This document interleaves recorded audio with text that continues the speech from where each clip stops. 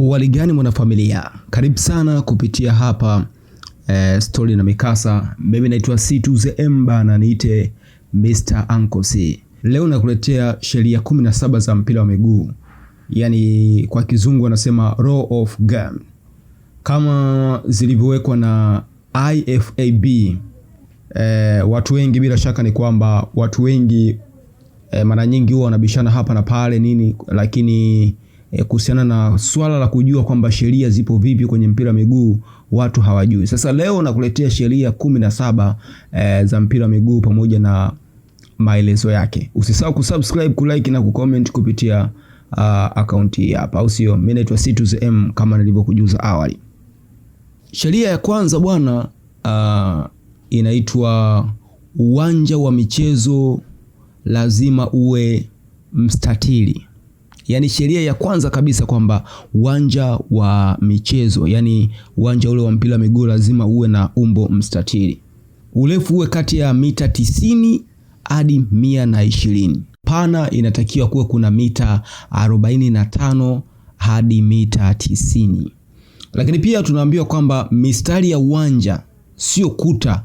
Yani mistari ya uwanja lazima kuwe kuna mistari ya uwanja ambayo inagawa sehemu ya kuchezea pamoja na sehemu ya mashabiki au running track zile za pembeni. Lakini pia tunaambiwa kwamba lazima kuwe kuna maeneo muhimu kama vile eneo la goli ambalo ni muhimu sana, lakini pia eneo la adhabu kwenye mabano wanasema penalty area. Lakini pia lazima kuwe kuna duara la kati. Yani pale ambapo mpira kabla haujaanza mara nyingi ni kwamba mpira lazima uwe pale katikati ya uwanja pale. Sasa lile duara lile lazima liwepo. Lakini pia lazima kuwe kuna kitu kinaitwa nukta ya penalty. Yani ile sehemu ya kupigia penalty pale lazima kuwe kuna alama kwamba ikipatikana penalty lazima itapigwa kwenye alama hii hapa. Lakini pia bila kusahau kwamba magoli huwa na upana wa mita 7.32 na urefu wa mita 2.44. Nitarejea tena hapa. Magoli lazima kuwe kuna upana wa mita 7.32 na urefu wa mita 2.44. Hiyo ni sheria ya kwanza. Sheria ya pili ni mpira lazima uwe wa mviringo. Sasa sio unaenda na mpira pale una shape kama andazi. No, mpira lazima uwe wa mviringo. Lakini pia mpira huo licha ya kuwa wa mviringo lazima utengenezwe kwa ngozi au nyenzo inayofanana. Yani lazima itengenezwe kwa ngozi au kitu kinachofanania na ngozi. Sasa sio unautengeneza mpira. Nafikiri hapa sheria kidogo inabana kwenye mipira ile wanasema ile ya wengine wanaita kasenda nani, lakini wengine wanaita chandimu. Mipira fulani hivi wanachukua karatasi lakini wanazungusha hivi kwa kutumia kamba. Ile hairuhusiwi. Na mpira huo lazima uwe una uzito wa gramu 410 hadi 450. Lakini bila kusahau kwamba mpira huo punde tu ukipata itilafu ama kupasuka, mchezo mara nyingi huwa unasimama. Baka pale ambapo utakuja mpira mwingine ambao unastahili, yani kwa maana kwamba una hewa ama upepo wa kutosha, vitu kama hivyo. Sheria ya tatu bana ni idadi ya wachezaji katika timu. Unaambiwa kwamba idadi ya wachezaji katika timu inatakiwa kuwa kuna wachezaji 11 akiwemo golikipa mmoja. Katika wachezaji 11 hao lazima golikipa awepo kwa kila pande, manake 11 upande wa huku lakini 11 na upande wa huku. Mchezo hauwezi kuendelea ikiwa timu ina chini ya wachezaji 7. Hiyo ni sheria. Yani kama ikitokea kwa mfano nafikiri imeshuhudia sana kwa mara nyingi kama timu labda ina upungufu wa wachezaji kadhaa, mathalani kama labda wale waliopata red card, unaona. Kwa hiyo wakifika wachezaji 7 tu mpira unaendelea, ila chini ya hapo hairuhusiwi kabisa kuweza kuendelea na mpira wa miguu. Lakini pia lazima kuwe kuna sheria za mabadiliko ama wengi wanapenda kuita substitution. Hii inategemea na mashindano kadhaa. Mara nyingi kwenye baadhi ya mashindano substitution huwa zinakuwa 3 mpaka 5. Sio mnafanya substitution watu 10 au watu 8, hapana, mwisho wa 5, na inategemea baadhi ya mashindano. Sheria namba 4 ni vifaa vya wachezaji. Vifaa vya wachezaji lazima hapo nakuwa nazungumzia kama vile jezi, bukta, soksi, kinga za miguu au wengi wanapenda kuita shin guard, pamoja na viatu. Lazima mchezaji uwe umekamilisha vitu kama hivyo. Kwa hiyo ikionekana kama wewe ni mcheza mpira alafu unaingia kwenye uwanja wa mpira uko peku, maana yake hiyo umekiuka sheria namba 4. Sheria namba 5 ni mwamuzi ndiye mwenye mamlaka katika uwanja. Yaani mwamuzi yeye ndio mwenye mamlaka sahihi kabisa katika kusimamia mpira pale uwanjani. Kwa hiyo mwamuzi naye anatakiwa awepo pale. Sio ile mnacheza mpira afu mwisho wa siku unakuta hakuna huyo mwamuzi, ama wengi wanapenda kumuita referee. Na kazi ya mwamuzi ni nini pale uwanjani? Cha kwanza ni kusimamia sheria. Cha pili kutoa kadi ya njano ama kadi nyekundu, lakini pia kusimamisha au kuendeleza mchezo. Kwa mfano kama kuna madhambi yamefanyika au labda kuna substitution inafanyika pale, kwa hiyo yeye ndo anasimamia lile zoezi na kusema kwamba sasa mpira unatakiwa usimame kwa sababu kuna mtu anaingia kutoka sabu. Lakini yeye anapoamua kwamba hili ndilo, basi mara nyingi maamuzi yake yanakuwa ni ya mwisho kabisa. Sheria namba 6, waamuzi wasaidizi husaidia mwamuzi mkuu. Wao kazi yao kubwa ni kwamba wanaonesha mpira umetoka nje wanapokuwa wanakimbia kwenye zile kwenye ile michoro ya pembeni. Mara nyingi kazi yao kubwa ni kuhakikisha kwamba mpira umetoka nje au labda kuna tukio la offside, lakini pia faulo pia ambayo imetokea karibu na mstari husika ambapo huyo mshika kibendera anakuwa anapita hapo. Hiyo ndo kazi yao. Lakini pia kuna kitu kinaitwa VAR. Kwa kirefu wanasema ni video assistance referee. Hii kazi yake kubwa ni kuhakikisha kwamba inamsaidia referee kupitia picha zinazojongea. Na hiyo ni baadhi tu ya mashindano, mfano kama mashindano makubwa au ligi zile ambazo zimeendelea kwa namna moja ama nyingine. Lakini pia dakika za kucheza mpira, lazima mpira uchezwe ndani ya dakika 45 katika kipindi cha kwanza, lakini pia dakika 45 katika kipindi cha pili.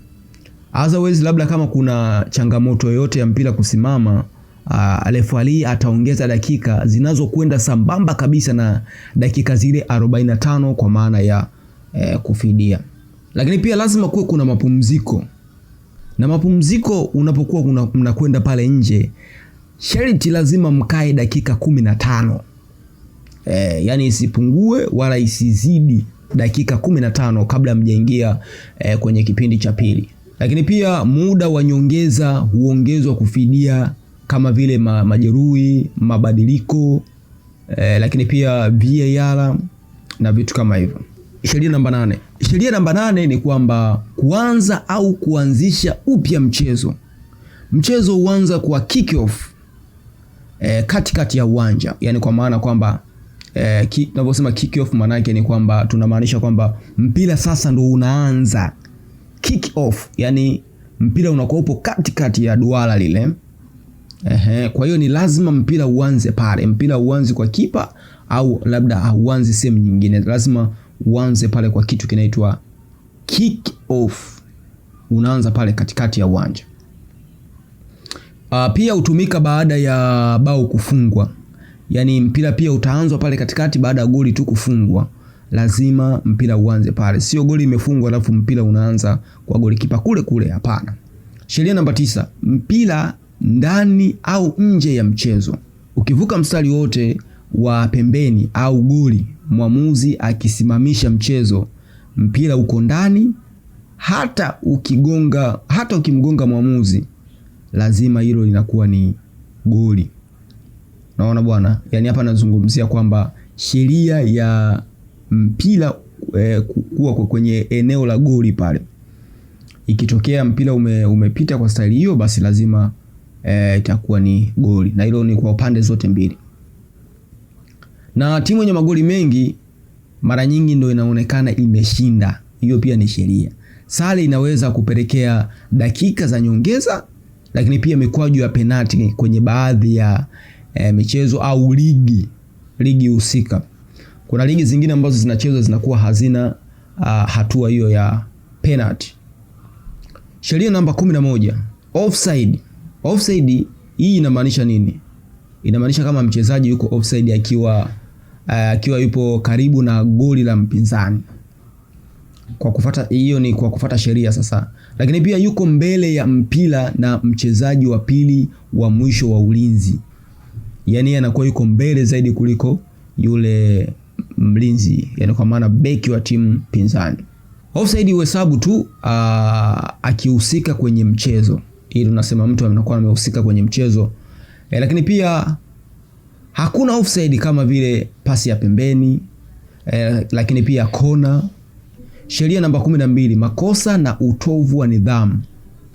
Hapa nazungumzia nini? Hapa nazungumzia faulo, lakini pia nazungumzia kusukuma. Yani ikitokea mtu amesukumiza mchezaji, pia hilo ni kosa. Hilo kosa tunahesabu kwamba ni kosa ambalo ni sheria namba 12. Lakini pia kama mchezaji anavuta jezi, pia hilo ni kosa.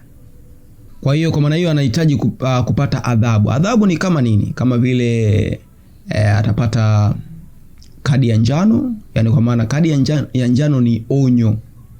Lakini pia atapata kadi nyekundu kwa maana ya kufukuzwa kabisa katika eneo la kuchezea mpira. Penalty hutolewa faulu ikifanyika kwenye eneo la adhabu. Yani kwa mfano eneo la adhabu pale pakatokea mtu akafanya madhambi, basi moja kwa moja penalty inatolewa. Na pia wataangalia aina gani ya penalty. Sheria namba 13, mikwaju ya adhabu, yani wanaita free kick kwa Kiingereza. Ziko aina mbili tu za free kick. Aina ya kwanza wanaita direct free kick, ambayo hii inamaanisha kwamba unaweza kufunga moja kwa moja, ndio wanaita direct free kick. Lakini pia kuna kitu kinaitwa indirect free kick. Lazima mpira uguswe na mchezaji mwingine. Yani kwa mfano free kick imewekwa nje kidogo ya 18, alafu mchezaji akapiga moja kwa moja mpaka golini, ile tunaita direct free kick. Lakini kama atapiga kwa minajili ya kutoa pasi ili mwingine amalizie, ile tunaita indirect free kick.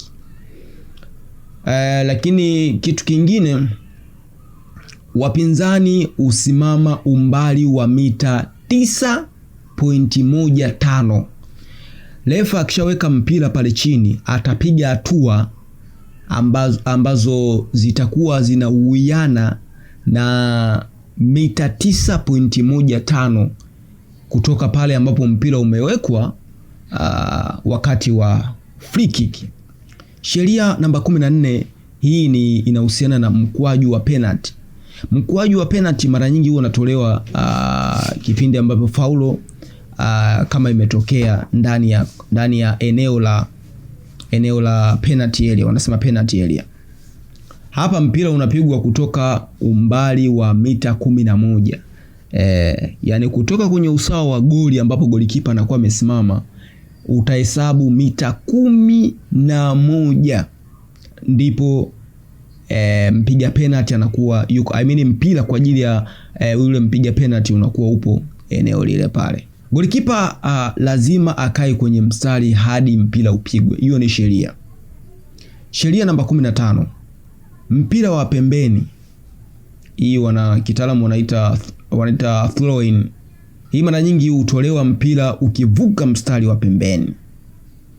Sheria namba 16, mpira wa goli, yani goal kick, hutolewa mpira ukitoka nje ya goli, sana sana ukimgusa mshambuliaji wa mwisho. Hii ndio huwa wanahesabu kama ni free, wanaita goal kick. Lakini pia mpira upigwa kutoka ndani ya eneo la goli. Sheria namba 17, mpira wa kona, wanaita corner kick. Hii mara nyingi utolewa mpira ukitoka nje ya goli ukiguswa na mlinzi wa mwisho wa timu husika. Yani kwa maana beki akigusa tu ule mpira na ukatoka kwenye eneo la usawa wa golikipa, maana yake wanasema hiyo inaitwa corner kick.